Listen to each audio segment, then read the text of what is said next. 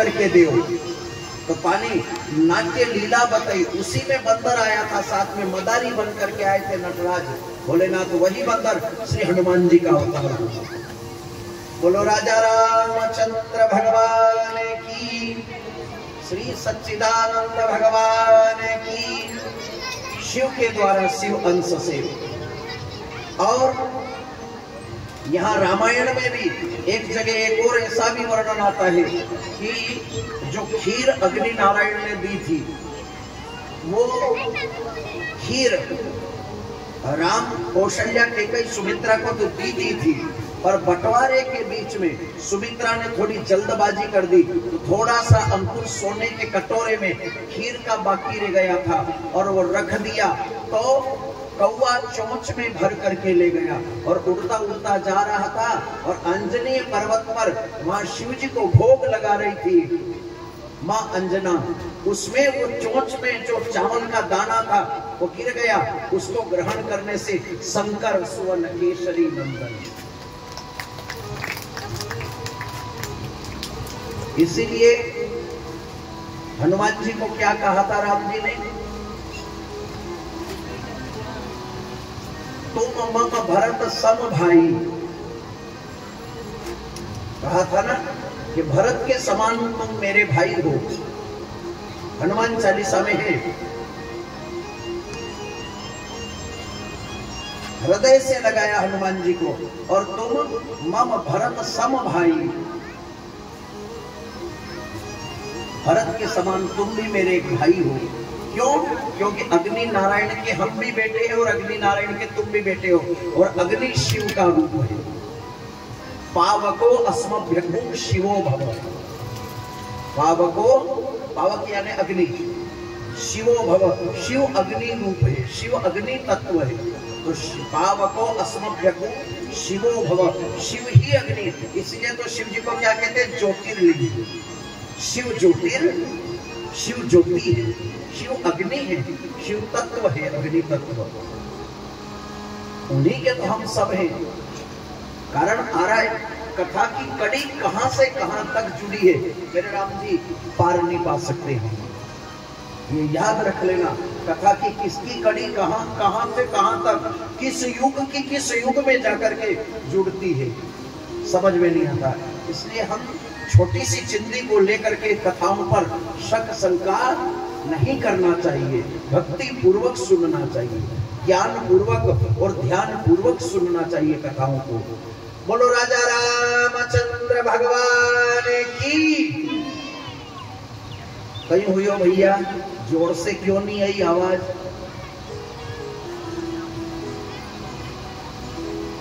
और पीछे वाला तो शायद ऐसा लगे कि बोर हो रहा है कि महाराज जी कब कथा पूरी करे, कब प्रसाद बटे।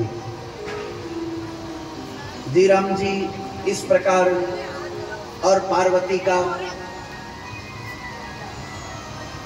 शिव जी ने जल छुड़वाया, पानी गृह्णन्तु मे लघु, मैं दान करता हूं मेरी पार्वती का। बड़ा विचित्र है, यहाँ नटराज बन करके भोलेनाथ आए थे, तो उन्होंने नाट्य लीला दिखाई। पहले नगर में दिखाने लगे, नगर में दिखाने लगे तो बहुत कलाकार तो थे, शिव नटराज है, तो उसको लेकर के लोगों ने कहा महाराज एक मदारी बहुत अच्छा आया है और नाट्य लीला बहुत अच्छी बताता है, कि चलो महल में हमारे भी बाल बच्चे पार्वती, गंगा, मैनावती सब देखेंगे।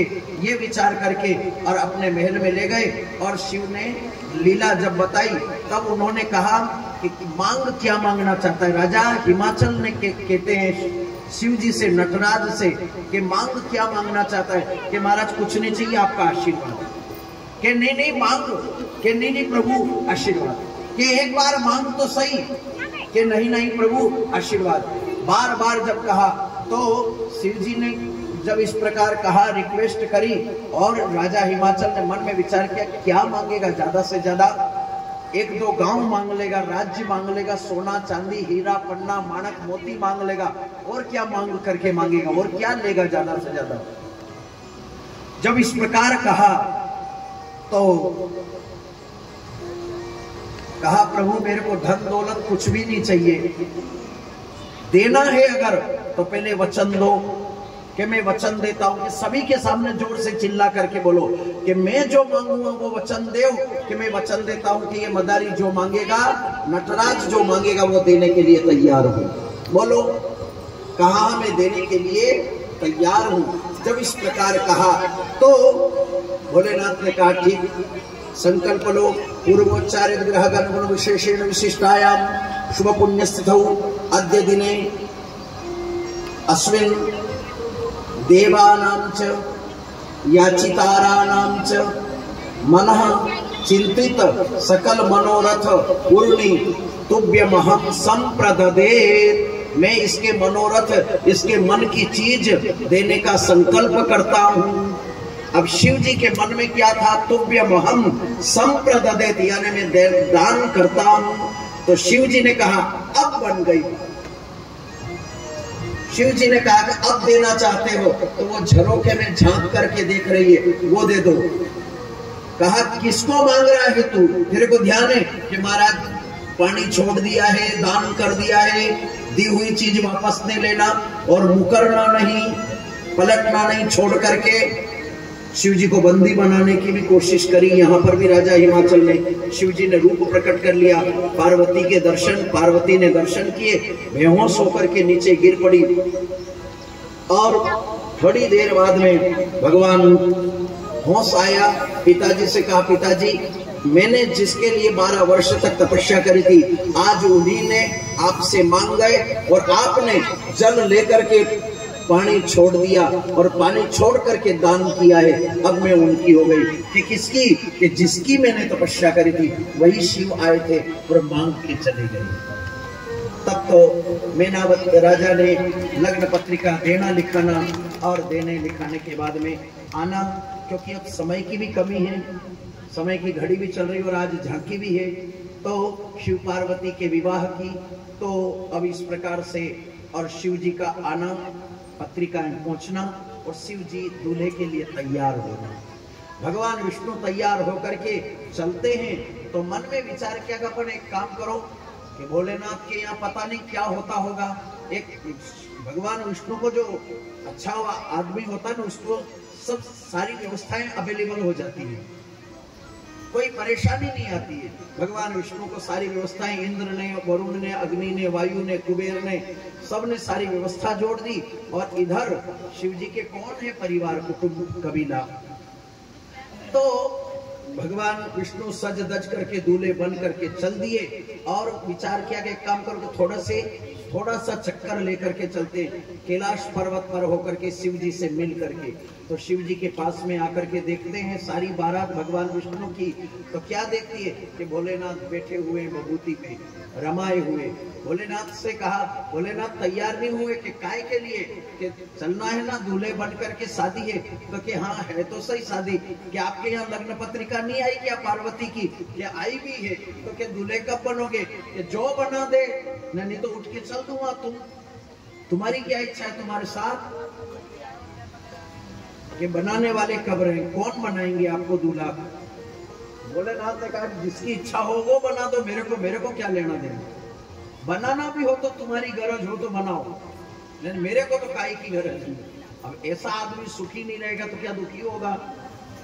हम सब दुखी हैं। सारा संसार में, सारे संसार के अंदर अगर कोई सुखी है तो वो भोलेनाथ है। बोलो आशुतोष भगवान की, श्री महाकाल महाराज की। अगर दूल्हा बनाने की भी गरज है तुमको तो तुम बनाओ। अब विचार करें, एक राजा इंद्र की पत्नी सची विचार करती है, मैं राजा इंद्र की पत्नी हूँ, सोने के सिंहासन पर और स्वर्ग की राजरानी हूँ, और अगर मैं ये महाराज लालिक पाउडर, पफ पाउडर, कॉस्मेटिक्स लगाएं, पॉन्ड्स पाउडर है, ये पाउडर है, वो पाउडर है, ऐसा वैसा मेकअप करे तो मैं कर दूं। अब ये तो राख लगाने वाले, तो मेरे हाथ खराब करूंगी क्या? सची धीरे से पीछे खिसक गई और एक एक करके सभी देवता के भोलेनाथ एक काम करो, तैयार होकर के आपके हिसाब से आओ, धीरे धीरे हम चल रहे हैं। राजा इंद्र आगे निकले, वरुण निकले, कुबेर निकले, अग्नि निकले, वायु निकले, ऐसे कर करके एक एक करके सभी देवी देवता निकल गए आगे राम जी। और आगे चले हैं तो क्या देखते हैं कि भोलेनाथ के लिए कोई भी नहीं बचे, केवल 3 बचे, दुर्वासा, दधीची और परशुराम।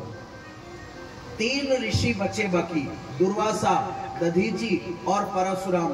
देव ऋषि नारद जी ने मन में विचार किया कि चिंता मत करो भगवान, मैं आगे व्यवस्था जोड़ता हूं आप सबकी। सबके बीच में से देव ऋषि नारद जी और आगे निकल गए और इधर भोलेनाथ जस दूल्हा तस बनी बराता। भोलेनाथ ने परीक्षा कर ली कि सुख दुख में अपना और पराया कौन है। ये कथा हमें शिक्षा देती है, सुख में और दुख में अपने कौन है। अपने पास में सुख है, संपत्ति है, तो सारा जगत आगे पीछे घूम लेगा, मगर दुख के टाइम में अपना और पराया कौन है, ये परीक्षा होती है। तब भोलेनाथ 3 ताली बजाई तो 3 लोग 14 भुवन के अंदर जितने भी श्मशान थे सब जाग गए। सब भूत प्रेत, चुड़ैल, डाकन, भूत पिशाच, राक्षस, पनंग, यक्ष, किन्नर, गंधर्व सबको जगाया 3 ताली बजा करके। श्मशाने क्रीडंतो हर पिशाचा सहचर, चिता भस्मा लेपो गरल मसनम, दिक्पटधरो जटाधारी कंठे, भुजगपतिहारी पशुपति, कपाली भूतेशो भजति जगदीशैक पदवीं, भवानी त्वत्पाणिं ग्रहण परिपाटी फलमिदम। तैयार करने लगे 3 लोग 14 भुवन के अंदर, जो जितने भी भूत प्रेत पिशाच थे सब जाग गए। नंदी भृंगी श्रृंगी को कहा जाओ, नंदी भृंगी श्रृंगी इन सब को निमंत्रण देकर के आ जाओ कि शादी में चलना है बफर पार्टी। कौन सी पार्टी है? बफर पार्टी वहीं से चालू हुई। बोलो राजा रामचंद्र भगवान की। और हमारे मालवा में तो